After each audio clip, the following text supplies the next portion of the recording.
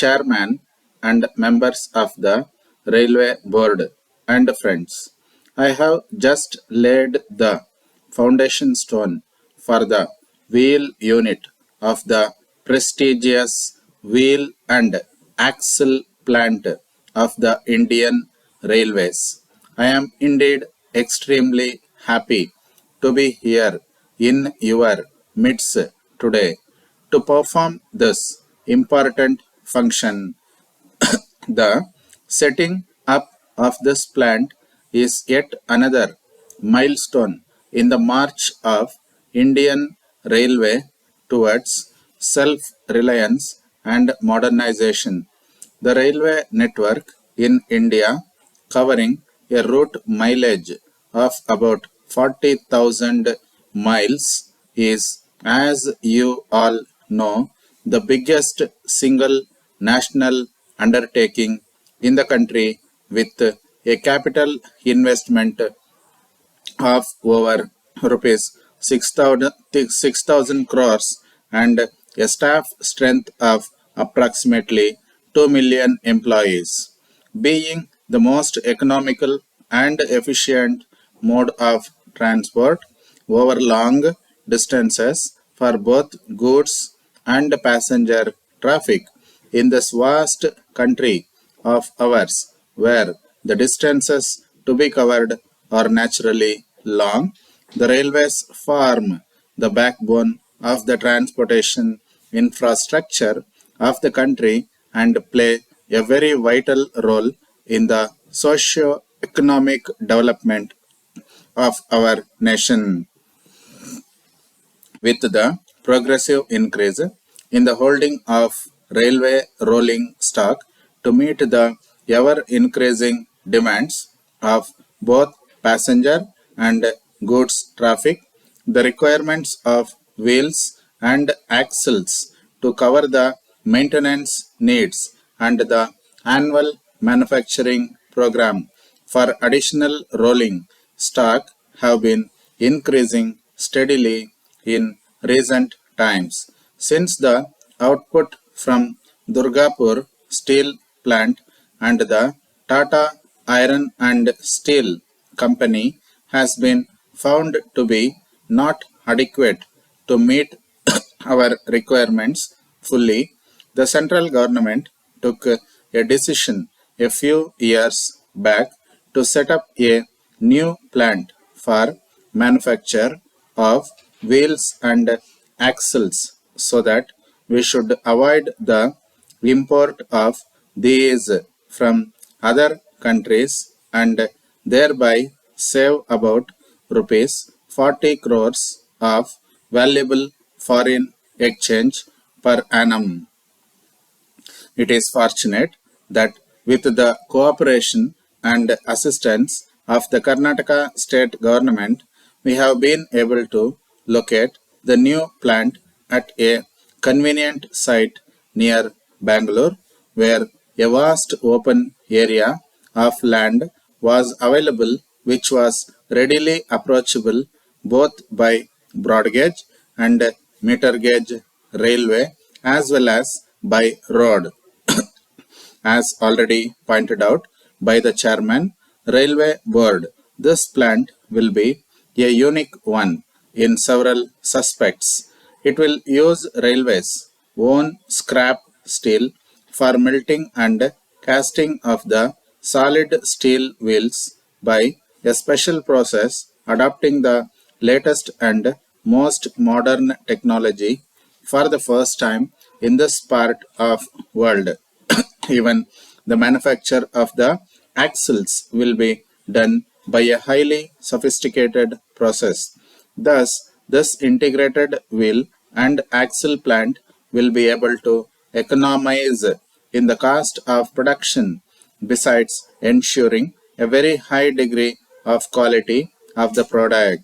This will provide a direct employment potential for about 1,000 staff to begin with. The initial capacity of the plant is 70,000 wheels and 20,000 axles per annum.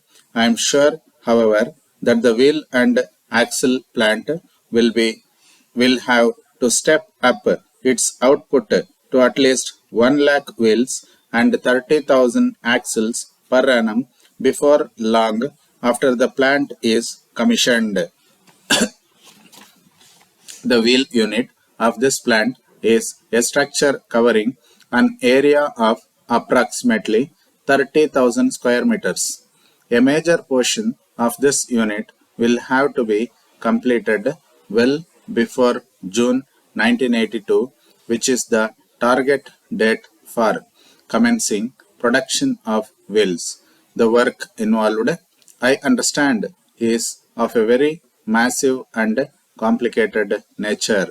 I would appeal to all the engineers, technicians, and other staff of the wheel and axle plant organization to see that no efforts are spared and no stone is unturned to ensure that the work is progressed with utmost speed and completed within the stipulated period. Lastly, let me express my gratitude to the Chief Minister and the state government and the people of Karnataka for having given me this opportunity to be present in your midst to perform this important function at this auspicious moment. I am sure that with the assistance of the state government and the goodwill of the people of Karnataka, we will be able to complete this major project ahead of schedule and thus bring glory to the country and Indian Railways. Dear Gopal, I am writing this letter to you as we previously agreed to see whether we can make arrangements for our holiday in December. As you will remember, we hoped that when I completed 7 months with the Central Products Exporting Company, I could take a certain number of days of the holiday that is allowed for the year as a whole.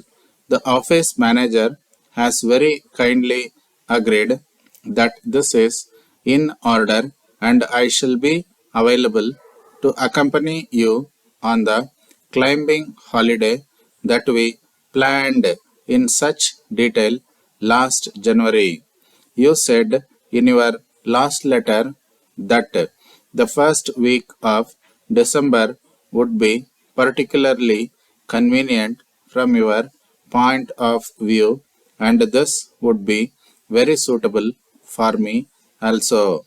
Could you write to confirm the exact dates before I make a firm reservation for our transport and hotel accommodation, and let me know as soon as possible of an changes that you would like to make in our plans as arranged at our meeting in Delhi last January.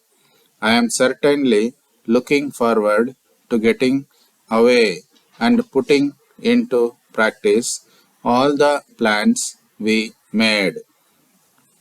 It will be very interesting to hear about your job. I hope you are enjoying your work with the Bombay Retailing Company Limited. I have settled down in the records department here, although I hope soon to be promoted to the shipping office. At present, most of my work deals with filling and recording of orders and agreements as well as such further information as may be required. The work is more varied than you might suppose, and I have gained a considerable amount of very useful knowledge of the different ways of filing and storing papers and the use of copying machines of many types. Yours sincerely, Ramanath.